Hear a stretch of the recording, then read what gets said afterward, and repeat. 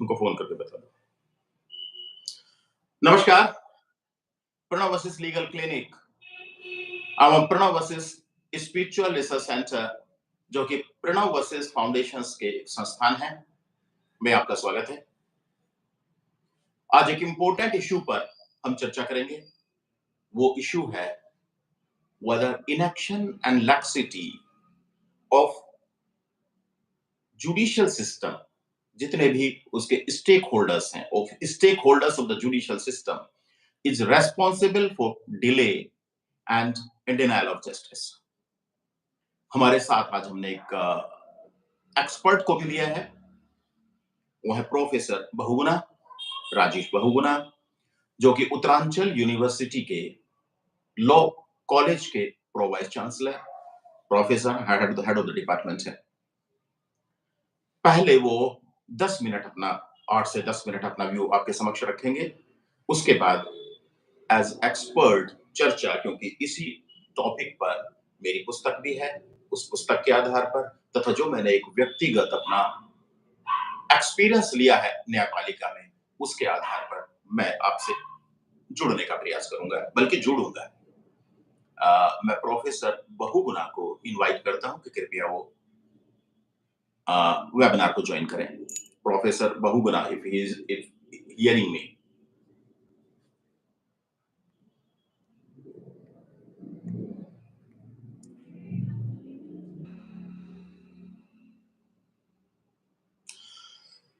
आप सभी का स्वागत है। बहुत ही इंपॉर्टेंट विषय है तथा विषय पर चर्चा से पूर्व यह आवश्यक है कि हम किसी समस्या को समझें, समस्या को स्वीकार करें। अगर हमने समस्या को स्वीकार नहीं किया है तो निश्चित रूप से उसका हम निदान नहीं कर सकते। समस्या हमारे सामने है। क्या न्यायपालिका में विलंब है? न्याय देने में विलंब है? क्या inaction or laxity of the judges, advocates and other stakeholders of the judicial system is responsible for the denial of justice delivery? क्या जस्टिस डिलीवरी में डिनायल होता है? यदि हम इसको स्वीकार नहीं करेंगे कि यस, खर्चीली है हमारी न्याय प्रणाली, यदि इसको स्वीकार नहीं करेंगे कि न्याय प्राप्त करने में विलंब होता है, यदि इसको स्वीकार नहीं करेंगे कि न्याय मुश्किल से प्राप्त होता है, तो हम निदान नहीं दे सकते। और अगर हम इस निष्कर्ष पर पहुंचे हैं कि हां, खर्चीली है व्यवस्था, विलंब होता है, मुश्किल से न्याय मिलता है, तो केवल ये मैं अपने उस पर नहीं कह रहा हूं कि मैंने एक पुस्तक लिखी है इस पर कि उसके आधार पर मेरा निष्कर्ष हो गया। नहीं, पता नहीं इंटरनेट पे कितने लोगों ने लिखा है कि विलंब है, ये सब कुछ है। मैं बात करता हूं न्यायविदों की, जिन्होंने 1995 से और अब तक स्वीकार किया है कि यस, इस न्याय प्राप्त करने में विलंब है, मुश्किल से न्याय प्राप्त होता है। पहला एक निर्णय मैं आपके समक्ष रखना चाहूंगा, बाबूराम वर्सेस रघुनाथ जी महाराज, 1996, 3 SSC 492। माननीय सर्वोच्च न्यायालय के समक्ष एक ऐसा अपवाद पहुंचा जो सिल्वर जुबली कर चुका था, अर्थात 25 साल से अधिक हो चुका था और निस्तारण नहीं हुआ था। न्याय की तो बात छोड़िए, वाद ही निस्तारण नहीं हुआ था। न्याय और वाद के निस्तारण में, दोनों में अंतर है। सुप्रीम कोर्ट ने कहा कि thanks to the judicial system of India, its callousness, जो सुप्रीम कोर्ट ने स्वीकार किया, its callousness and irresponsiveness to any scientific mechanism for improvement in the system. Supreme court ने यह भी कहा कि here and there small tinkering will not sufficient. If we are changing some procedural law, some substantial law, it will not be sufficient, but overall change is required. अमूलचूल परिवर्तन करने की आवश्यकता है, मनोवृत्ति को परिवर्तन करने की आवश्यकता है, थिंकिंग प्रोसेस को परिवर्तित करने की आवश्यकता है, तब हम न्याय की परिकल्पना कर सकते हैं। ये 96 में माननीय सर्वोच्च न्यायालय ने कहा था। इधर अगर अभी हम देखें, हमारे रिटायर्ड मुख्य न्यायाधीश जस्टिस खरे, उन्होंने कहा न्याय केवल धनवान व्यक्ति प्राप्त कर सकता है, न्याय केवल वो प्राप्त कर सकता है जो अप्रोच कर ले, इन्फ्लुएंशियल है, धन से, पॉलिटिक्स से या अन्य चीज़ों से। जो इन्फ्लुएंशियल है, वो न्याय प्राप्त कर लेगा। और उन्होंने उदाहरण भी दिए थे, बहुत सारे उदाहरण उन्होंने दिए।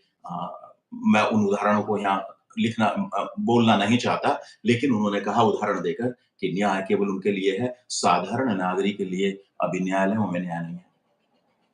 सो ये हमारा मत नहीं है कि न्याय विलंब से मिलता है, न्याय खर्चीला है, न्याय एक चांस है। मिला तो मिला, नहीं मिला तो नहीं मिला।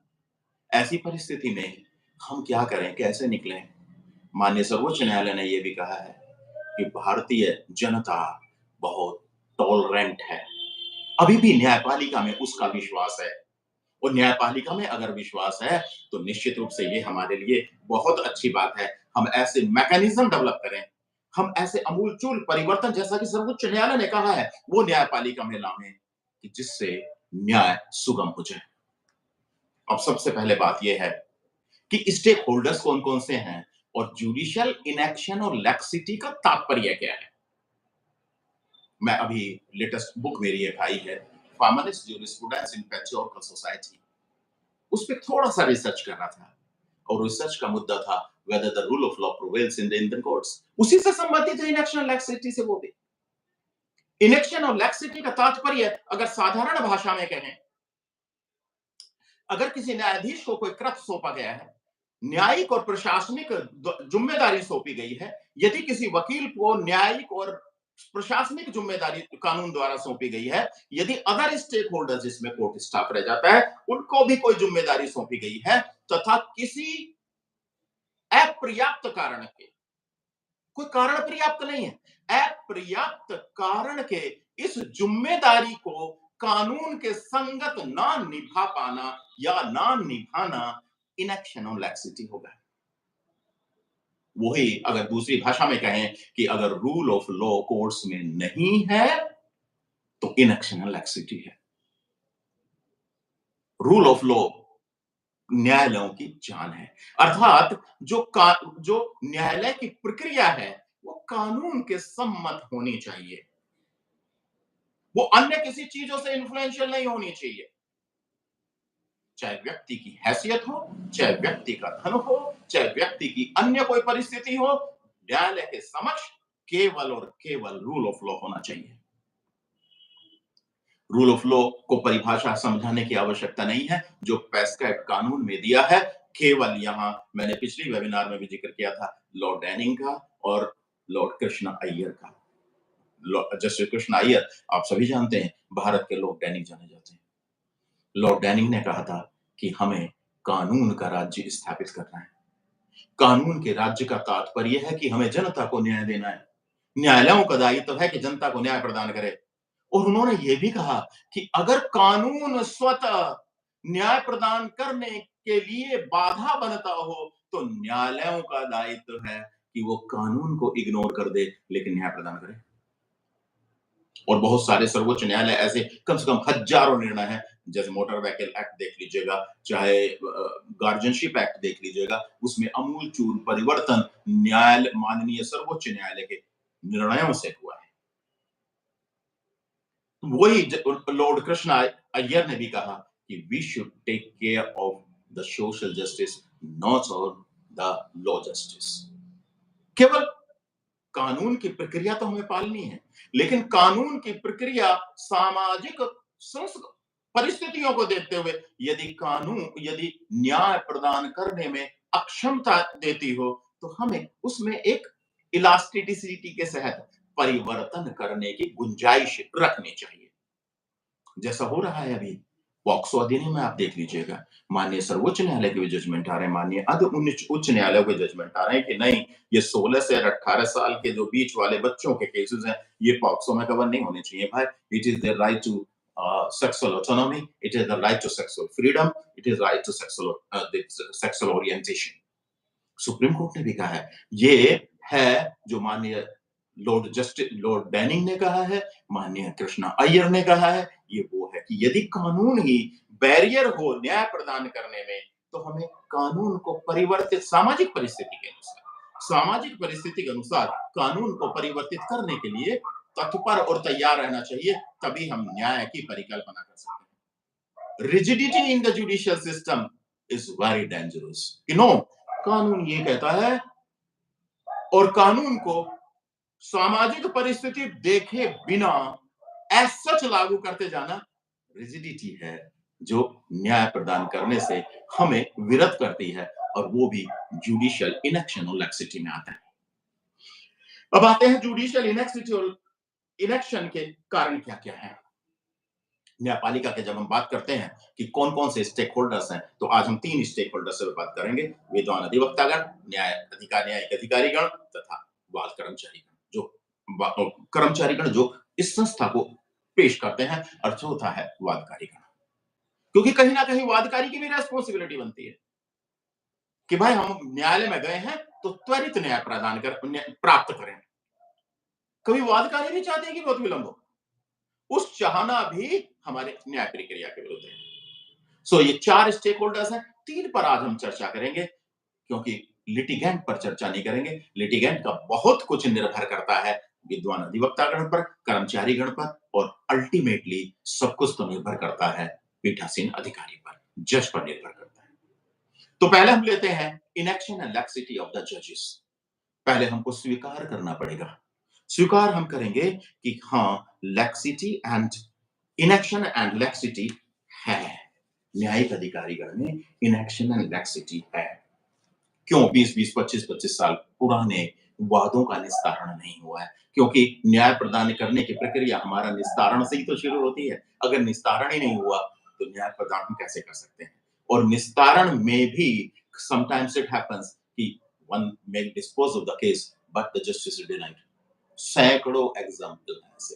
और अगर हम बात करते हैं जजेस की इनेक्शन लैक्सिटी की, तो मैं कुछ उदाहरण आपको देना चाहूंगा जो भारतीय न्याय प्रणाली में बड़े चर्चा का विषय रहे।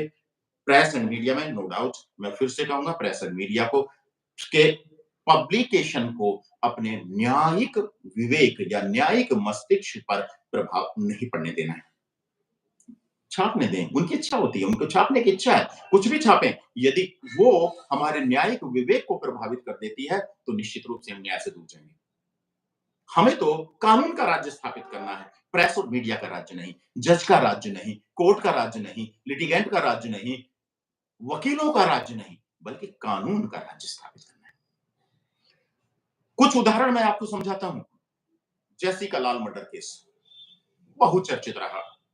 प्रियदर्शनी मट्टू केस बहुत प्रचलित रहा, और जो न्यायपालिका, जो पर्टिकुलरली जो जनपदीय न्यायपालिका के बिल्कुल केंद्र बिंदु में रहे।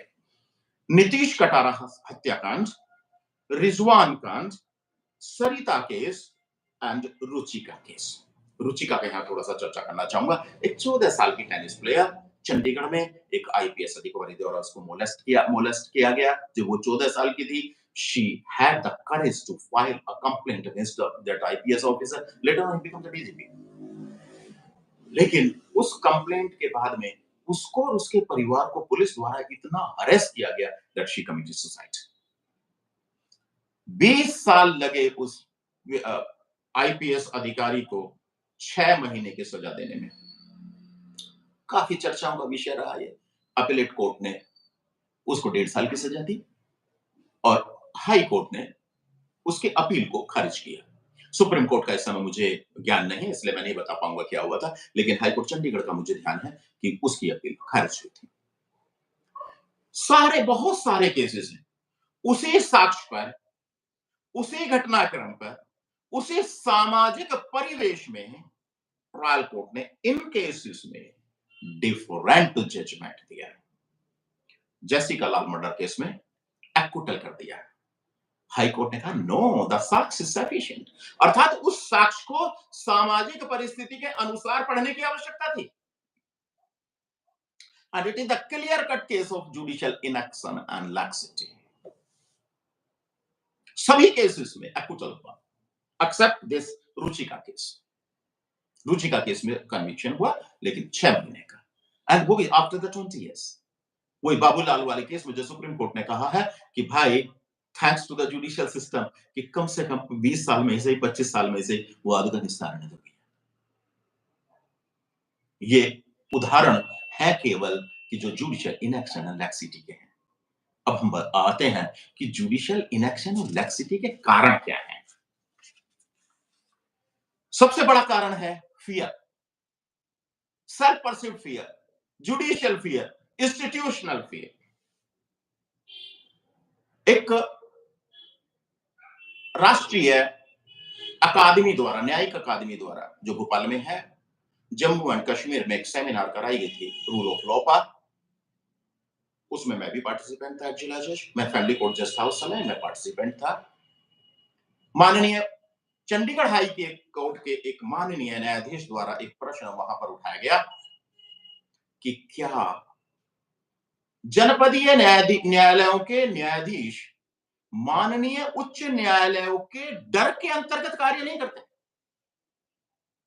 Whether the judges of the subordinate court are working under the fear of the high court? चर्चा के दौरान ही आया। मैं खड़ा हुआ, पिकअप किया इस मैटर को। गोपाल मोहन उस समय डायरेक्टर थे नेशनल जुडिशियल अकेडमी के, और मैंने कहा कि रूल ऑफ लॉ पर कोई भी चर्चा करना बेईमानी है यदि हम पहले इस तथ्य को नहीं लेते कि क्या जनपदीय न्यायालय के सभी न्यायाधीश, सभी या कुछ न्यायाधीश माननीय उच्च न्यायालय के डर के अंतर्गत कार्य करते हैं। गोपाल जी ने उस समय उस प्रश्न को लेने नहीं दिया कि नहीं, अगर हम इस पर चर्चा करेंगे तो जो हमारा मुख्य मुद्दा है उससे हम डिरेल हो जाएंगे। लेकिन एक न्यायिक विवेक में, न्यायिक ब्रेन में एक बात अवश्य पैदा हुई कि क्या उस परिवेश में जहां पर न्यायाधीशों के अंदर वो इंस्टीट्यूशनल, में माननीय उच्च न्यायालय सर्वोच्च न्यायालय नहीं कहता, मैं इंस्टीट्यूशनल की बात करता हूं, क्योंकि एक मजिस्ट्रेट को एडीजे और जिला जज का भी डर हो सकता है। तो I am talking about the institutional fear, not the fear of the honourable high court और द सुप्रीम कोर्ट। कि क्या न्यायाधीश में अगर फियर है तो क्या न्याय हो पाएगा? मेरी पुस्तक आई थी 2011 में, quest for justice at the threshold. उसमें स्पष्ट लिखा हुआ है कि these are the reason, one of the reason is the fear. मैं फिर कहता हूं कि ये केवल मेरा विचार नहीं है। अभी माननीय मुख्य न्यायाधीश चंद्रचूड़ द्वारा एक बेल एप्लीकेशन का निस्तारण करते समय यह कहा कि हमारे मजिस्ट्रेट्स, हमारे जजेस, जनपदीय न्यायाधीश के जजेस फियर, डर और भय के अंतर्गत कार्य करते हैं। तो हम इसको एक्सेप्ट करेंगे, यस हाँ फियर है। And I have been the part and parcel of the judicial system, तो I have realized yes fear है, मुझ में भी fear था, fear है, और ये fear कोई बुरी बात नहीं है, but fear for the betterment of the institution, fear for the betterment of the quality of justice, fear for delivery, quick delivery of justice is good for health of the judicial system, but fear for the sake of justice, for denial of justice, is very dangerous, which is killing the judicial system. So हमें उस fear को समाप्त करना है। ये fear है कौन कौन से? The first one is self perceived fear. हमने अपना फियर खुद बना लिया। वहां इंस्टीट्यूशन का कोई मतलब नहीं है, वहां जिला जज साहब का, माननीय उच्च न्यायालय, सुप्रीम कोर्ट का कोई मतलब नहीं। हमने अपने दिमाग में बैठा लिया कि if I pass such an order, what the people will think about me? Oh, it is not your parameter to justice delivery. What the district judge will think, what the high court will think, what the supreme court will think if I pass a particular judgment. Your criteria for justice delivery is to pass the order, to pass the judgment according to law, fairly, impartially, and after giving opportunity of being heard to the parties. जनता को सुनने के बाद ईमानदारी से कानून के संगत आप ऑर्डर पारित कर दीजिएगा, इस बात को छोड़ दीजिएगा ये आपका पैरामीटर नहीं है, what the other will think. This is the self perceived fear. Institutional fear, oh my judgmental order में गो टू द अपील, ये जा सकता है, अपील में जा सकता है, रिवीजन में जा सकता है। So I will be very cautious if is going in appeal, it should not set aside and it should not it should be confirmed. No, ये पैरामीटर नहीं है हमारा। न्याय प्रदान करना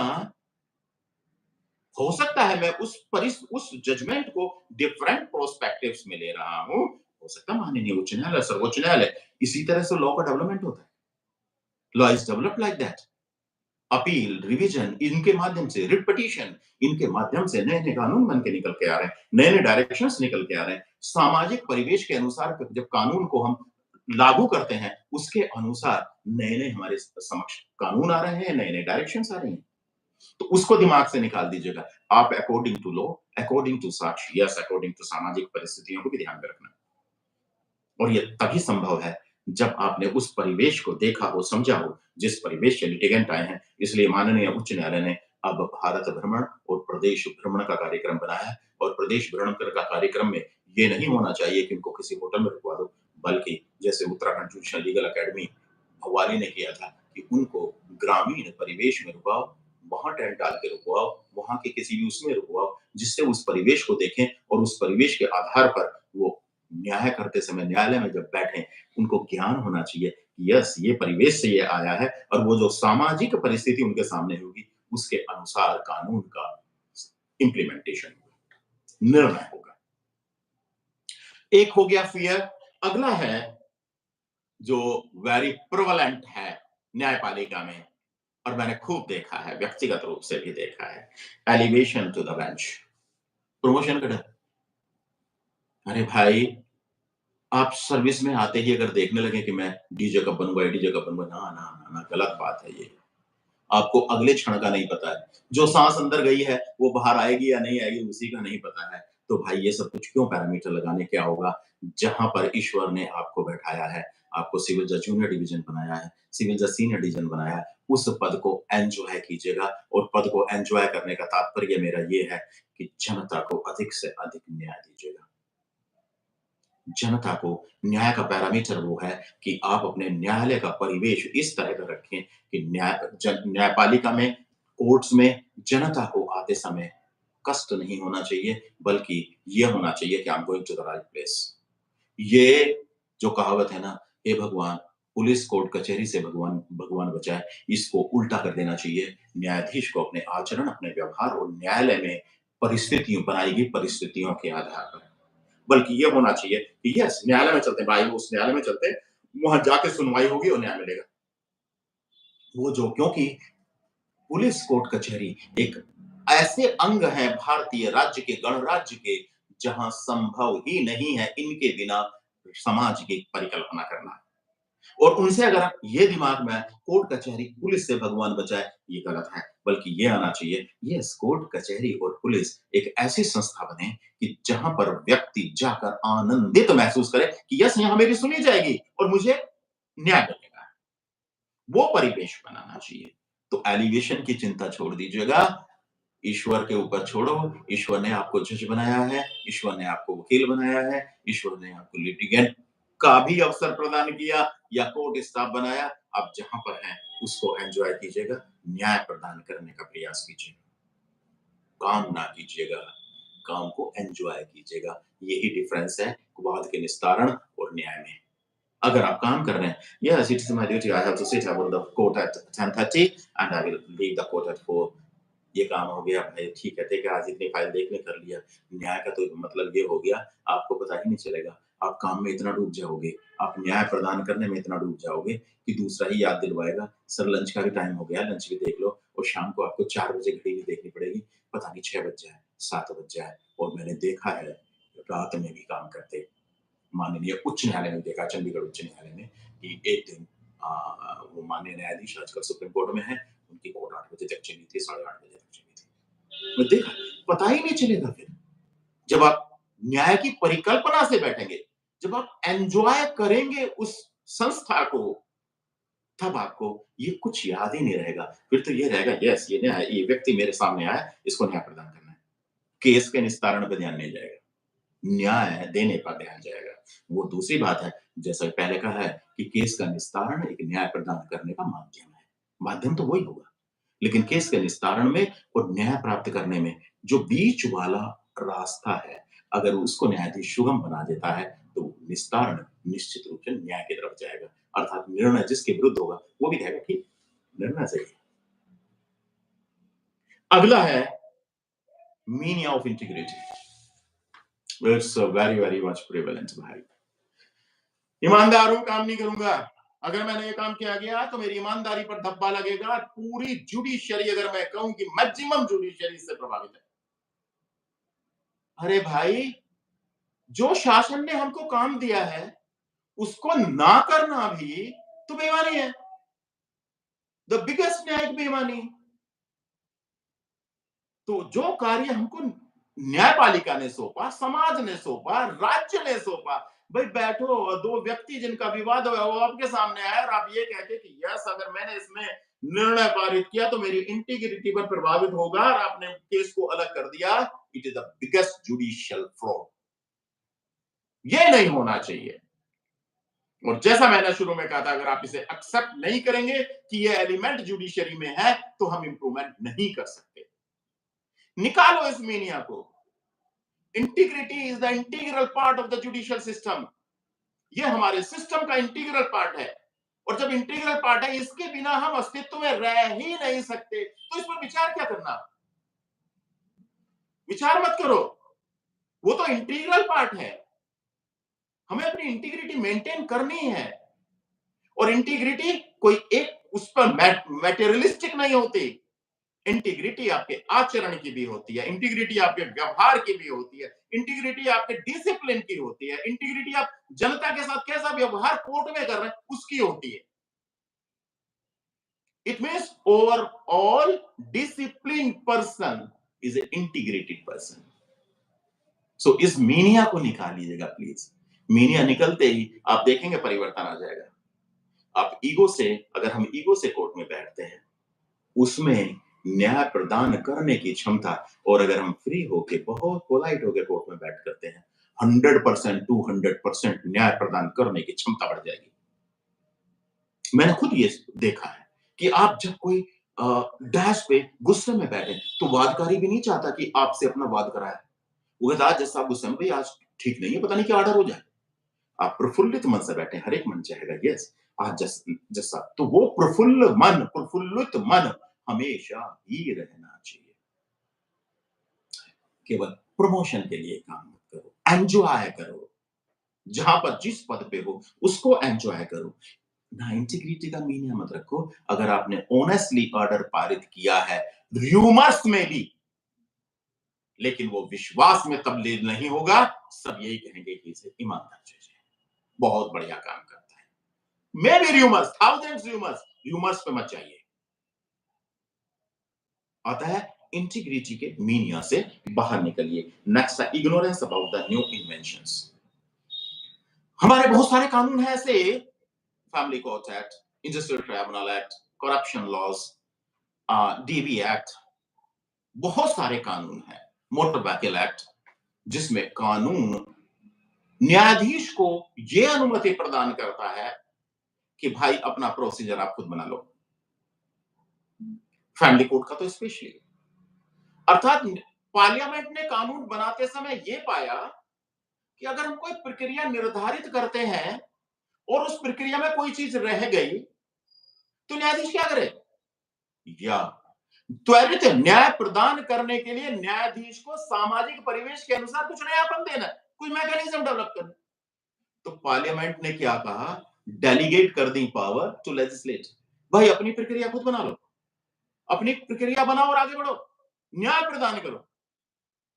अभी इस पे मैं Pranav Vashishtha legal clinic research कर रही है. अभी कहीं से मुझे सूचना नहीं मिली है कि किसी न्यायालय ने कोई मैकेनिज्म डेवलप किया हो, कोई अपनी प्रक्रिया बनाई हो.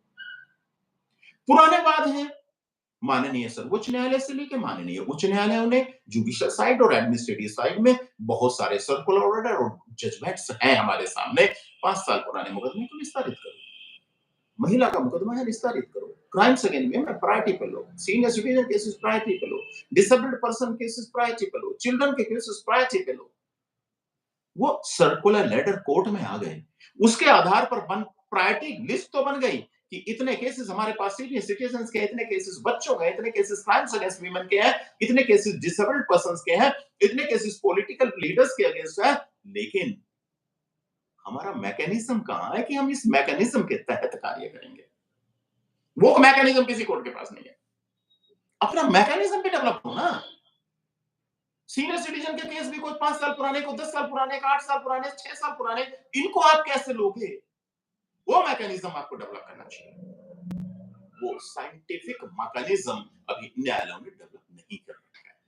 जो माननीय सर्वोच्च न्यायालय ने बाबूराम केस में अमूलचूल परिवर्तन की बात कही है, वो इसी की बात कही है। यही बात है। मनोवृत्ति बदलेगी तभी हम साइंटिफिक मैकेनिज्म न्यायपालिका में ला पाएँगे। उस मनोवृत्ति को हमें बदलना है कि ना जैसे चलना है चलने दो। कोर्ट में आए, देखा सुबह से इतने केसेस लगे, कुछ डिसाइड कुछ कुछ ले लिए, कुछ छूट गए, उनमें डेट लग गए। ना, ये नहीं। जितने केसेस लो, सुनवाई हो। मैकेनिज्म के तहत priority criteria number 1, priority criteria number 2, priority criteria number 3, rest of the cases. क्योंकि अगर हमने पुराने केसेस को डिसाइड करने में नए केसेस को पुराने बन जाने दिया, तो फिर वो अमूलचूल परिवर्तन की बात जो माननीय सर्वोच्च न्यायालय करती है, नहीं हो पाएगी। पुराने केसेस तो हमें डिसाइड करने ही है, लेकिन नए को पुराने नहीं बनने देना। वो मैकेनिज्म डेवलप करना है। और संभव है। मनोवृत्ति परिवर्तित करने के बाद अगर कोई मैकेनिज्म डेवलप कर लेते हैं, संभव है, निश्चित रूप से संभव है। 2 साल नहीं लगेगा इस पेंडेंसी को जीरो पेंडेंसी आने में। जो इतने पुराने वाद पड़े हुए हैं, अब तो 4 करोड़ के आसपास, कल मैं फिगर देख रहा था, 4 करोड़ के आसपास हो गए। ये कम हो जाएंगे। वाद होना कोई बड़ी बात नहीं है। भारत बहुत बड़ा देश है। 4 करोड़ वाद बहुत ज्यादा नहीं है। जितने हम न्यायाधीश हैं उनके लिए भी बहुत ज्यादा नहीं है। बशर्ते भी साइंटिफिक वे में ईमानदारी से कोर्ट में काम हो। जितनी देर हम डैश पे बैठे, उतनी देर डैश पर काम ही हो। ये ना हो, हम गए हैं मंदिर, ध्यान पड़ा है घर में। हम गए हैं फुटबॉल खेलने, ध्यान खाने पर पड़ा है। और जब खाना हमारे सामने है, तो ध्यान हमारा मैच पे है, सामने मैच चल रहा है। वो नहीं होना चाहिए। जब खाना खा रहे हैं, तो खाना ही एन्जॉय करो। जब मैच देख रहे हैं, तो मैच का एन्जॉय करो। धोनी ने कैसा छक्का लगाया, भाई वही देखो। रोनाल्डो रोनाल्डो ने गोल कैसे किया है, मैं उसमें आनंदित हो। हॉकी का कैसे उन्होंने गोल किया, फिर वही देखो भारतीय हॉकी टीम ने किस तरीके वो की, बस फिर वो वही देखो। जब हम न्यायालय में बैठे हैं, तो बस न्यायाधीश ही है और कुछ नहीं है। वो देखिएगा। इसके अतिरिक्त न्यू जो साइंटिफिक में कंप्यूटर जगत आ गया, जो नए बच्चे, मैं बच्चे ही कहूंगा उन्हें क्योंकि नावा में सीनियर सिटीजन, जो बच्चे अब नए जुडिशरी में आ रहे हैं, वो हमारे लिए बड़े एनकरेजमेंट देते हैं हमें। टेक्नोलॉजी से वेलवर्स है, कंप्यूटर टेक्नोलॉजी से, बाकी टेक्नोलॉजी से, वो बड़ा हम हमारे लिए प्रेरणादायक भी हैं। जो बुजुर्ग व्यक्ति हैं ना, हम उनसे सीख रहे हैं। हम उनसे सीख सकते हैं। बुला के सीख सकते हैं, बेटे बताओ ज़रा इसमें कि क्या कैसे हो सकता है? केवल वहाँ तक नहीं, वो तो सीख के आ रहे हैं। लेकिन क्या जो एक्जिस्टिंग कैडर है, वो वेल वर्स ना हो इस टेक्नोलॉजी में? बहुत काम की है टेक्नोलॉजी। हर एक न्यायाधीश को कंप्यूटर और लैपटॉप सब कुछ प्रोवाइडेड है, प्रिंटर भी प्रोवाइडेड है घर के लिए। उसका सदुपयोग न्यायपालिका के कार्य के प्रति होना चाहिए। अगला है ignorance, lack of uniform and proper selection process. ये राज्य का मुद्दा है। इसमें न्यायाधीश कुछ नहीं कर सकते, लेकिन इसमें एक मैकेनिज्म जरूर दिया जा सकता है कि राज्य का मुद्दा है, नो डाउट ये, कि भाई सिलेक्शन प्रोसेस तब शुरू ना हो जब कोई रिटायर हो जाए। कोर्ट खाली रहेगी 1 साल तक।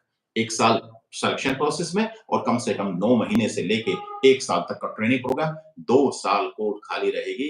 क्या हम कोई मैकेनिज्म ऐसा डेवलप नहीं कर सकते कि हमारे कितने लोग इतने साल में रिटायर होंगे, इस साल के लिए 2 साल पहले ही हम सिलेक्शन प्रोसेस शुरू कर दें और सिलेक्शन प्रोसेस के बाद हम ट्रेंड कर लें। ये ठीक है, एक थोड़ी-सी दिक्कत आएगी कि अगर 1500 कैडर है 1500 का और हम 1501वां नहीं भर सकते, लेकिन कुछ ना कुछ इसमें कानून में परिवर्तन कर, कुछ प्रक्रियाओं में परिवर्तन कर, ये किया जा सकता है कि न्यायाधीश को पूरा वेतन उस समय मिले जब वो न्यायाधीश की एज़ न्यायाधीश उसको कोर्ट में नियुक्ति मिल जाए, ट्रेनिंग तक कुछ स्टिपेंड मिल जाए, फ्री ऑफ कॉस्ट ट्रेनिंग और कुछ स्टिपेंड मिल जाए।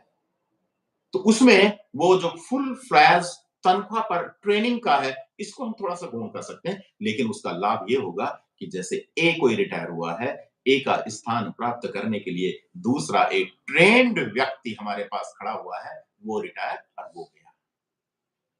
वो एंट्री में आ गया।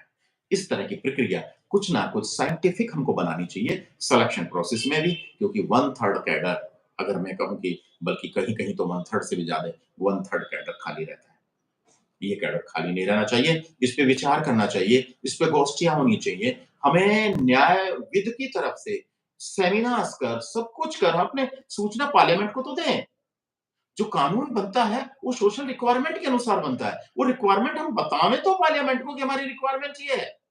पार्लियामेंट को तो पता है कि खाली हो जाती है, लेकिन खाली को भरने से पहले, क्योंकि पार्लियामेंट का सोचना भी सही है। जब एक पद को खाली होगा तभी तो हम उसमें भर सकते हैं, नहीं तो भरेंगे कैसे?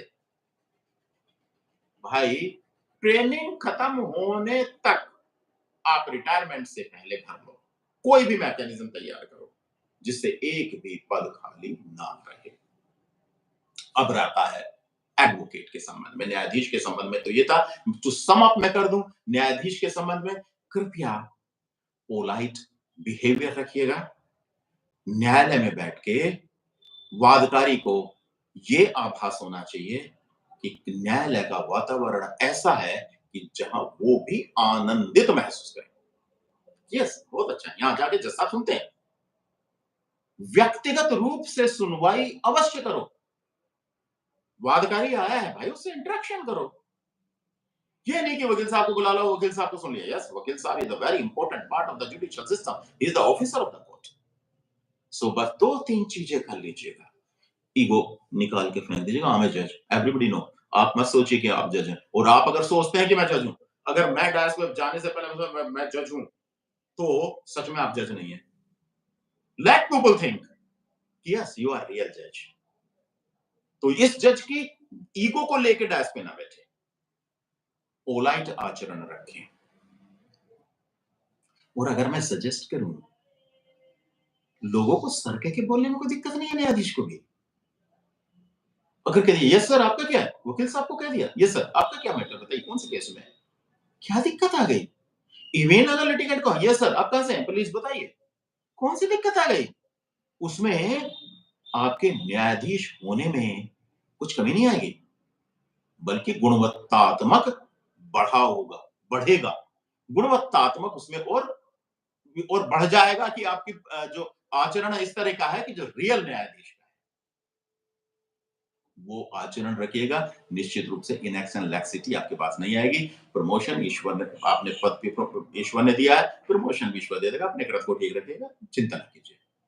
दूसरे, जो मैं एकेडमी में बार-बार कहता था, प्रमोशन और प्रोग्रेस में अंतर है।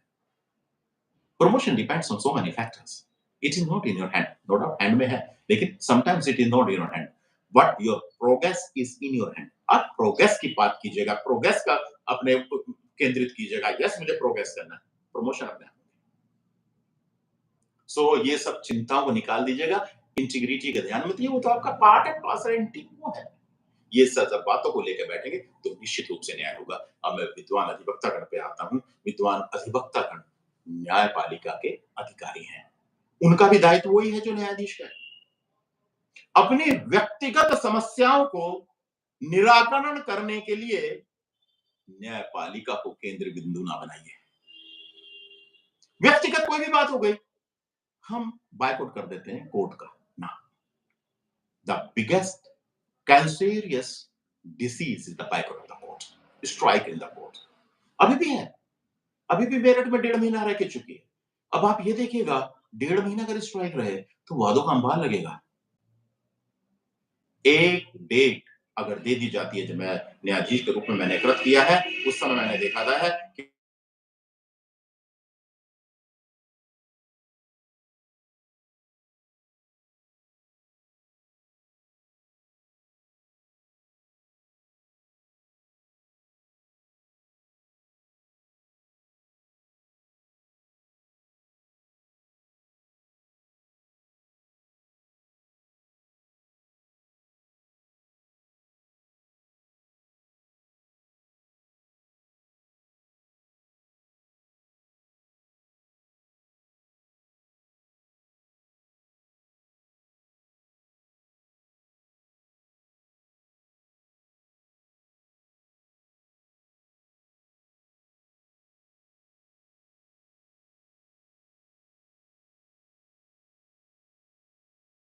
व्यवहार और आचरण से बताना चाहिए कि ये होता है न्यायपालिका में, ये होगा न्यायालय में। वो अवगत कराने का दायित्व विद्वान अधिवक्ता का है।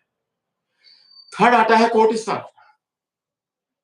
वेरी इंपॉर्टेंट फैक्टर, क्योंकि माननीय न्यायाधीश के आदेशों का क्रियान्वयन इसी स्टेक होल्डर्स के ऊपर निर्भर करता है।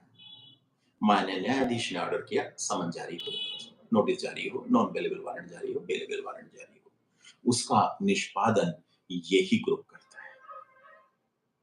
अगर फाइल पड़ी रह गई इधर उधर, ये नहीं कह रहा डेलिबरेटली अनडेलिबरेटली, ना, वो क्वेश्चन नहीं है। हम इनएक्शन एंड लैक्सिटी की बात कर रहे हैं। अगर फाइल पड़ी रह गई, नोटिस जारी नहीं हुआ, तो कम से कम हजारों केसेस में आप देखेंगे कि नोटिस जारी नहीं है, अगला अच्छा नोटिस जारी नहीं हुआ, कोई बात नहीं, बेलेबल वारंट, फिर नॉन बेलेबल वारंट। ये जनरल जनरल बातें हैं जो कोर्ट में प्रचलित हो रही हैं। तो उनको भी इस इनएक्शन और लैक्सिटी से ट्रेनिंग के माध्यम से बचाया जा सकता है, और केवल कानून की ट्रेनिंग नहीं है। हमारी जो न्यायपालिका में उसमें एकेडमी में चल रहा है, बेसिकली थ्रस्ट जो पूरा का पूरा ज्यादातर थ्रस्ट एनरिचमेंट ऑफ नॉलेज,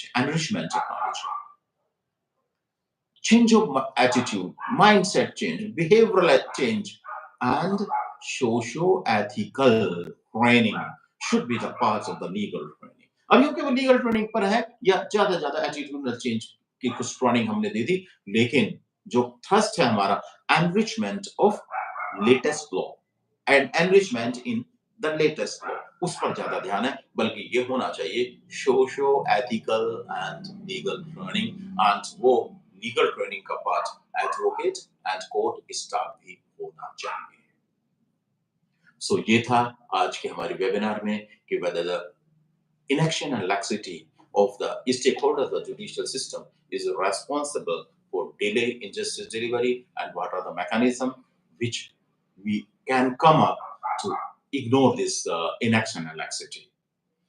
हम इस निष्कर्ष पर पहुंचे कि हाँ, जुडिशियल जो स्टेक होल्डर्स हैं उसमें इनएक्शन एंड लैक्सिटी है, और उसका निदान जैसा कि माननीय सर्वोच्च न्यायालय ने बाबूराम केस में, माननीय सर्वोच्च न्यायालय में शिव प्रोकोटेक्स केस जो लेटेस्ट आया है उसमें कहा है, वही गीता का सिद्धांत बताते हुए माननीय सर्वोच्च न्यायालय ने कहा था कि अवेक अराइजन ओ पार्थ, हे पार्थ, हे न्यायाधीश, माननीय सर्वोच्च न्यायालय ने कहा, हे न्यायाधीश, सोचो, समझो, उठो और न्याय करो।